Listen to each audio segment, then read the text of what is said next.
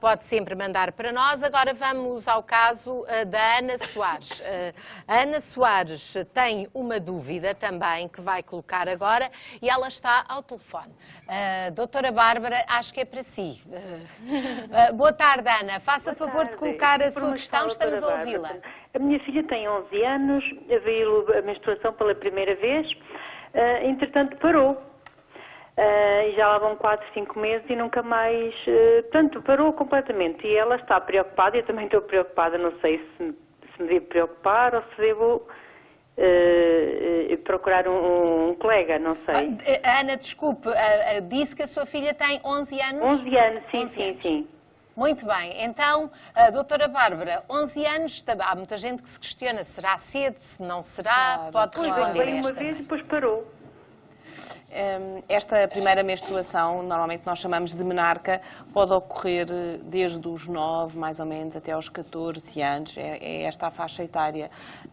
E além disso, 11 anos, ela apesar de tudo é novinha, e o que traduz muitas vezes este início desta menstruação é alguma maturidade, nomeadamente dos seus ovários, ou seja, a nível hormonal ela começa a ter algumas características, como também começarem a aparecer as maminhas, os pelos púbicos, o acne na cara, portanto há várias alterações que surgem provavelmente na filha da Ana e que ela deve ter notado, o que não significa que ainda não seja imatura de alguma maneira do ponto de vista ovárico e portanto durante os primeiros 2, 3 anos pós a primeira menstruação é normal que exista alguma irregularidade menstrual que pode passar por estes meses. É claro que, se a situação se mantiver, eu julgo que seria prudente, nem que seja falar com o colega e ver se de facto isto faz parte desta irregularidade própria da idade e que não existe mais nada presente.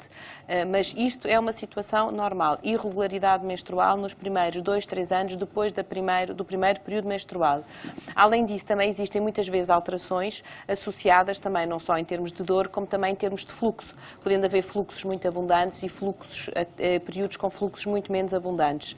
É importante lembrar estas meninas que se calhar podem andar sistematicamente dentro das suas mochilas com pensos higiênicos e, portanto, prepará-las porque é tão imprevisto o momento em que isto pode acontecer e também lembrá-las, e isso sim, que a partir do momento em que elas são menstruadas podem engravidar e que, portanto, caso seja prudente, no caso de não haver muitas vezes nas escolas esta abordagem da educação sexual, se calhar os pais ou o médico também ter então, eventualmente... Então o que é que aconselha a Ana? A esperar durante quanto tempo até tocar o sinal de alarme? Porque à partida é normal. Mais 1, 2 meses e também falar com o seu pediatra, é uma das hipóteses muitas vezes, e depois o pediatra então encaminha para o ginecologista ou o médico de clínica geral, caso ache que a situação justifica uma outra abordagem. Portanto, não é caso para alarme, à partida está dentro da normalidade. Tá. Espero que a Ana tenha ficado esclarecida. Também agradeço à Ana o ter também contribuído para os esclarecimentos, a todos os espectadores, porque essa é a sua questão, mas é também a de muitas mães, provavelmente, e avós, e enfim, familiares que estão a passar por situações semelhantes ou podem vir a passar. Ora, agora faço uma pausa na nossa consulta para lembrar os nossos espectadores de que hoje, no final do programa, vamos entregar o cartão de sonho. O Passatempo do Boa Tarde está ao dispor de qualquer espectador que queira marcar o 760 20 60 20. O prémio acumulado é 39 mil euros, o garantido é de 1000. Boa sorte.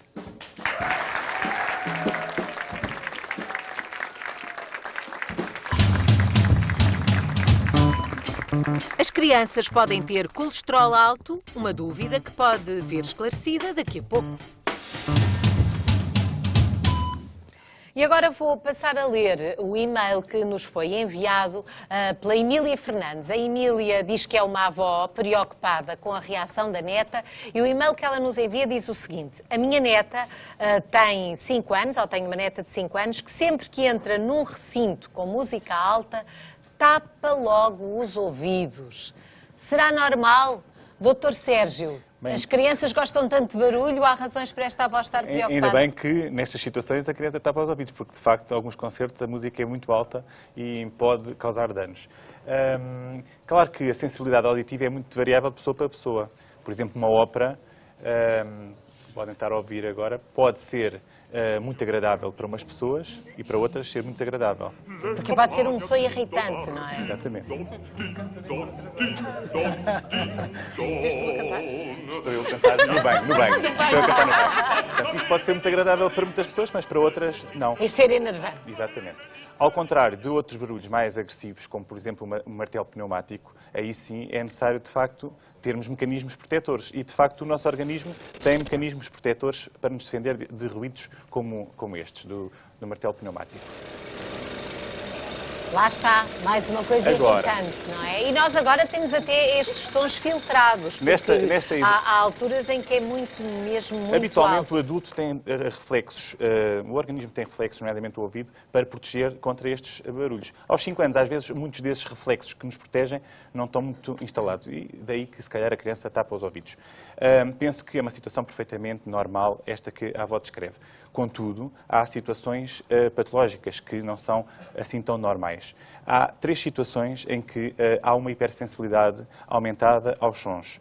São a hiperacúsia, que no fundo é uma das situações, em que o que acontece é que determinados sons muito baixinhos são sentidos de uma maneira muito intensa, como por exemplo uma torneira a correr ou um barulho de uma máquina a funcionar, e isso pode perturbar algumas pessoas, enquanto que outras não, e isso pode condicionar mesmo grandes alterações em termos da vida diária. Portanto, chama-se hiperacúsia. Portanto, ouvir bem demais. Isto pode ser mau.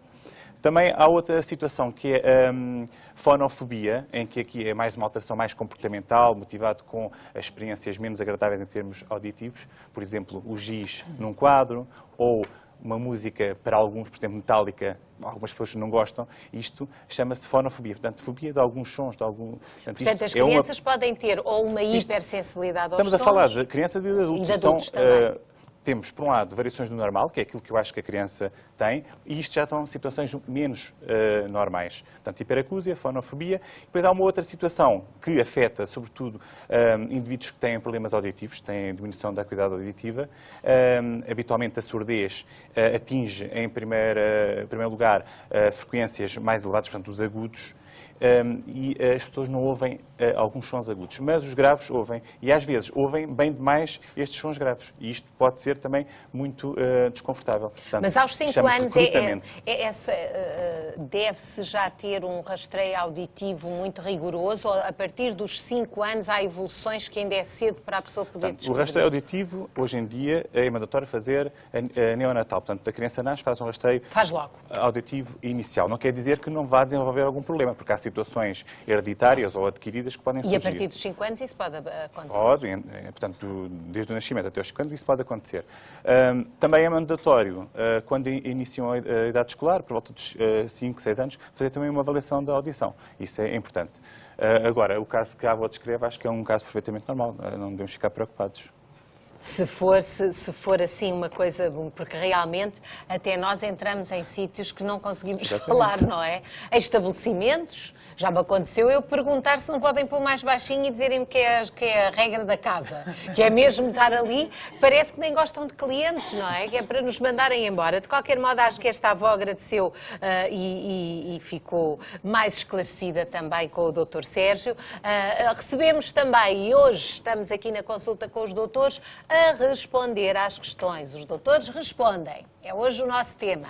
Recebemos também um outro e-mail, desta vez da Catarina. Ela está preocupada por causa de uns sinais que lhe causam, diz ela, alguns complexos. E o e-mail diz o seguinte: tem um sinal de nascença na cara e ao lado tem pigmentação. Gostaria de saber se é possível remover o sinal sem ficar marca. Doutora Alexandra, tem conselhos para a Catarina? Ela também, eu devo dizer, enviou-nos uma fotografia para nós percebermos do que é que ela está a falar. Muito bem. Nós vemos aqui este sinal, à partida posso dizer à Catarina que pode-se tirar perfeitamente, sem deixar uma ferida e sem deixar cicatriz. Já existe um laser novo no mercado, há poucos cá em Portugal, mas ela tem que procurar um que consiga tirar estes sinais. Isto é uma mancha, nós temos no nosso corpo, podem aparecer, há vários tipos de manchas, vários tipos de discromias, mas este chama-se, é uma mancha, um névoa de sepilos. Sepilos quer dizer do latim mancha, A característica desta mancha é que tem uma base marrom clara, portanto um castanho claro, que imita muito um outro tipo de lesão, um outro tipo de sinal chamado lêntigo, mas então é uma base castanha clara, sobre o qual aparecem umas ilhotas de castanho escuro, assim, umas manchinhas de castanho escuro. E pode aparecer um bocadinho de pelos associados ou não naquela zona. A tecnologia evoluiu nos últimos anos e, portanto, consegue-se puxar esta mancha à superfície e tirar este pigmento que vem lá de baixo e vai saindo progressivamente. É uma situação benigna, mas tem que ser vigiada, porque em alguns casos, que já têm alguns anos e apanham muitos anos as radiações solares todos o verão e durante o ano todo, estas lesões mais escuras podem evoluir e, em alguns casos raros, pode dar até melanoma localizado. Portanto, dou 3 conselhos aqui à nossa espectadora. Primeiro, usar qualquer tipo de manchas dessas em zonas expostas. A pessoa deve usar, desde cedo, protetor solar, todos os dias. Quando o sol é mais intenso, repetir várias vezes para evitar que esta mancha castanha clara vá evoluindo para um castanho escuro para depois pode dar origem a uma coisa maligna. Primeira coisa. Segunda coisa, pode perfeitamente retirar-se esta lesão precocemente, sem deixar cicatriz e sem ferida. Portanto, ela não tem motivo para ficar muito preocupada. De qualquer modo, quando falou do laser, muitas das vezes as pessoas acham que usam laser, já está resolvido e depois há preocupações que se têm de ter, não é? Quando há intervenções com laser ou com outro tipo de coisa. É muito importante o resultado estético e o resultado de que conseguirmos tirar completamente o sinal, é muito importante o tratamento pós-laser.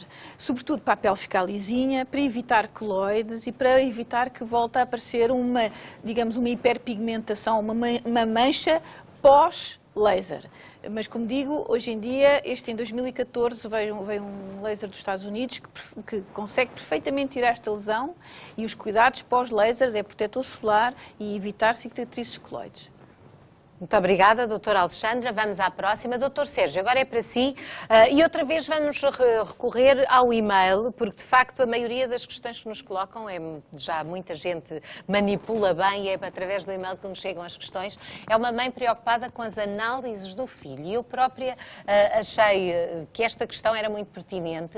É a Fátima Brás que nos diz: descobri que o meu filho com 6 anos tem o colesterol total a 251. Não sei o que fazer, nem quem procurar para me ajudar. Na família há várias pessoas com colesterol alto.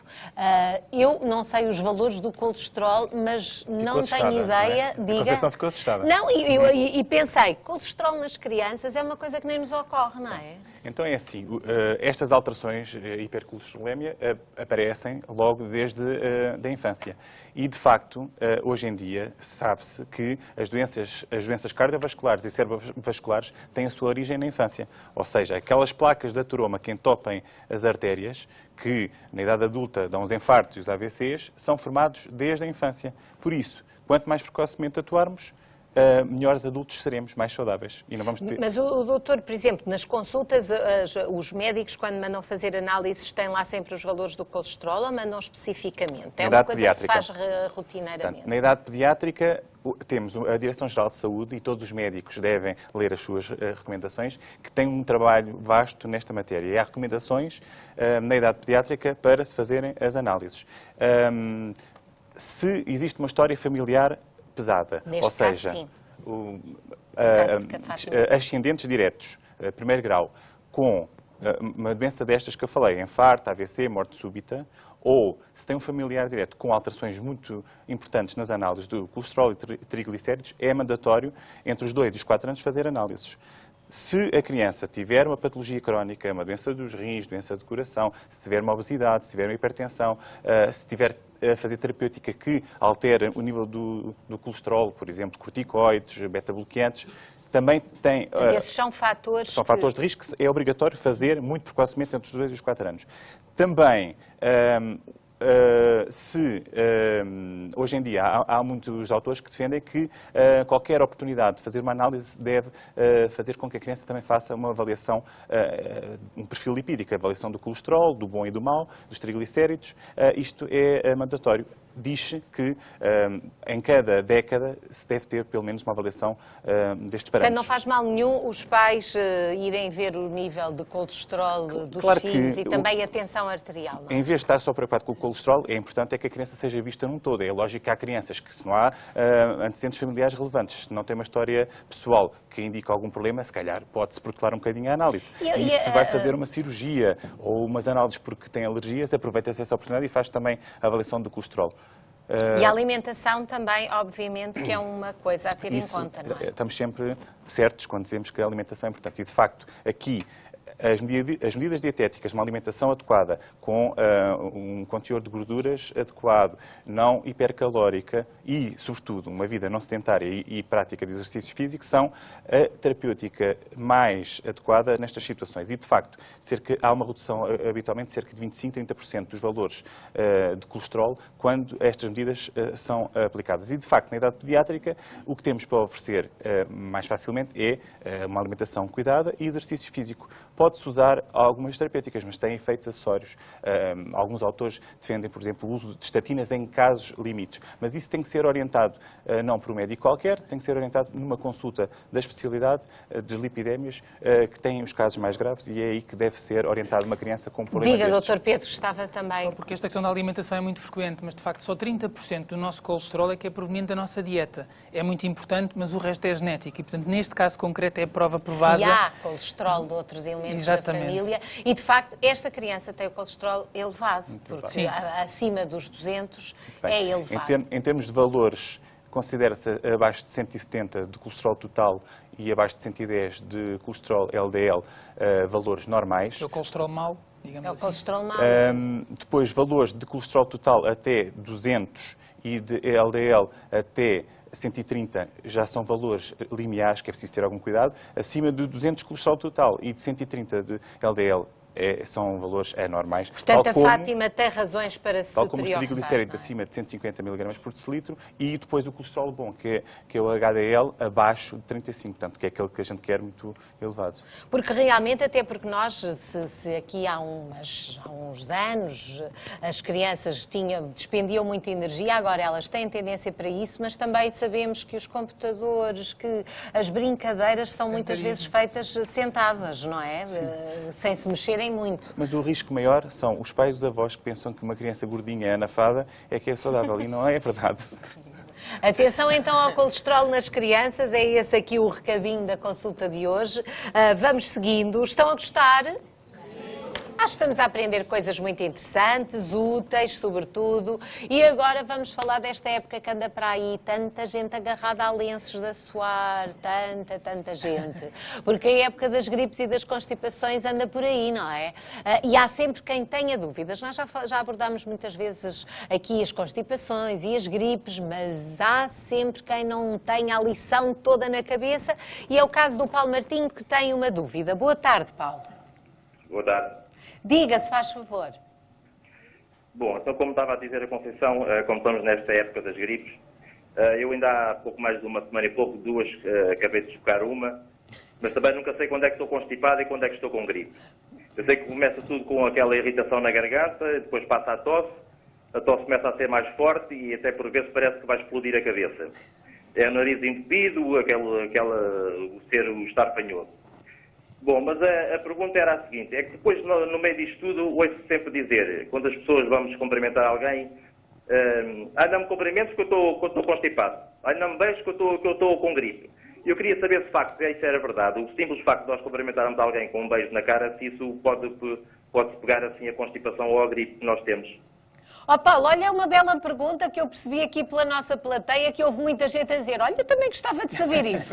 Doutor Pedro, vamos lá à resposta. Nem é preciso um gesto tão próximo como o beijo. Basta que a pessoa tenha a falta de cuidado de espirrar ou tossir para a mão e a seguir abrir uma porta e alguém que vem a seguir fazer o mesmo gesto e a pessoa que foi abrir a porta no segundo lugar fica logo contaminada com os vírus que provocam a gripe. A gripe é uma doença viral e altamente contagiosa. E, portanto, sempre que estamos constipados, além de evitar o contacto próximo com outras pessoas, devemos ter o cuidado de minimizar a contaminação dos objetos do nosso dia-a-dia.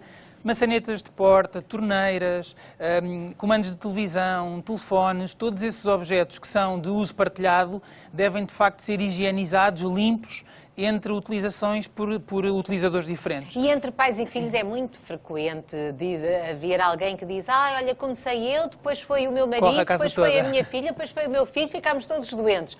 Porque até os pais não se inibem, não é? De estar de volta dos filhos, claro, a dar-lhes beijinhos, até se esquecem muitas das vezes, não é? Ou que os filhos estão doentes, ou que eles próprios podem pô-los doentes. E a capacidade que nós temos de projetar vírus vai a alguns metros. Um espirro consegue projetar vírus a cerca de 3 metros. Portanto, qualquer pessoa que espirre e não ponha ou cotovelo à frente ou um lenço de papel, de preferência até de papel, para poder deitar fora a seguir, vai contaminar todos os objetos à sua volta, que depois estarão em contacto com outras pessoas. E temos aqui a questão da gripe e da constipação. É a mesma coisa, não é a mesma coisa? Pega-se mais a gripe do que a constipação? Esta questão anda sempre associada. São quadros clínicos semelhantes, com alguns aspectos sobreponíveis, mas com algumas diferenças. Principais diferenças: a gripe tem sempre sintomas e sinais sistémicos, ou seja, febre, mal-estar generalizado, dor de cabeça, dor nas articulações, dores musculares, um mal-estar muito global. A constipação normalmente é muito localizada, ou seja, árvore respiratória superior, irrita, garganta, nariz, incomoda muito.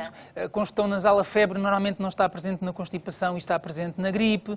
As complicações também são diferentes. Uma constipação pode complicar-se com otites, com sinusites, no caso da pessoa ter já patologia dos seios perinasais. Pode originar dores de garganta também? Pode evoluir para dores de garganta, porque todos os corrimentos que nós sentimos do nariz para a garganta, lá para trás, podem, de facto, favorecer uma infecção secundária depois das amígdalas ou da faringe. Pode haver sempre essa contaminação. Na gripe, as complicações mais frequentes são a pneumonia e outro tipo de processos do aparelho respiratório inferior.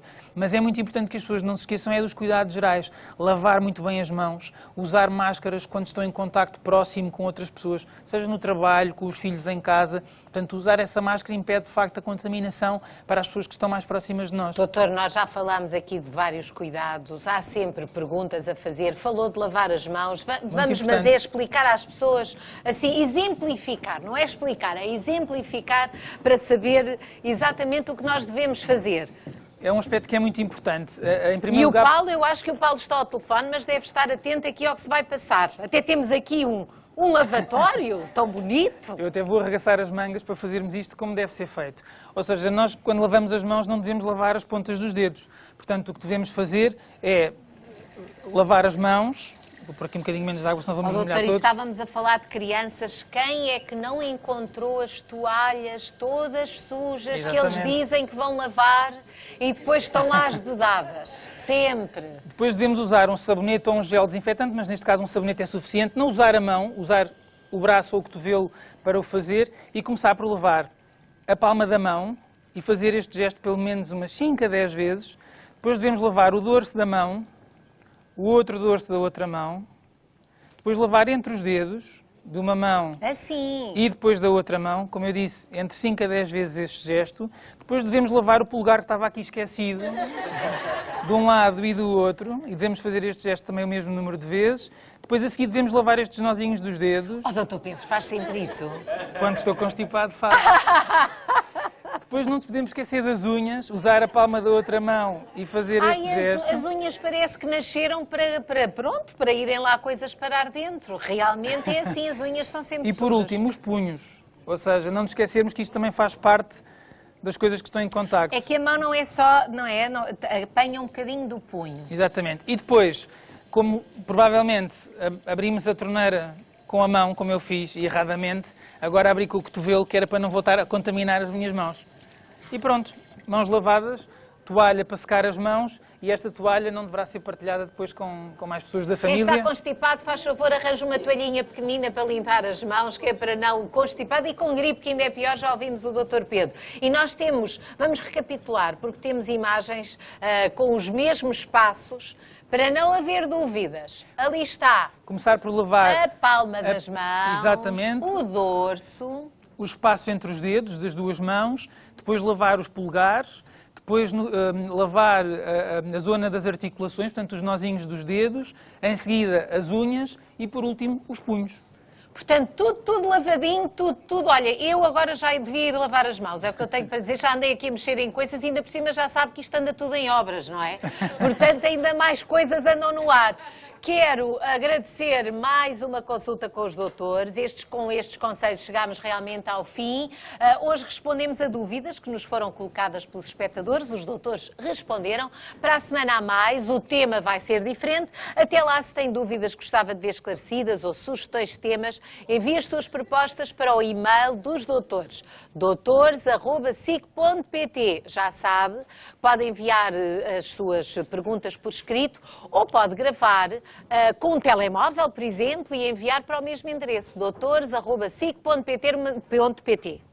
doutores@sic.pt. E agora uma grande salva de palmas para os doutores. Obrigada, até para a semana.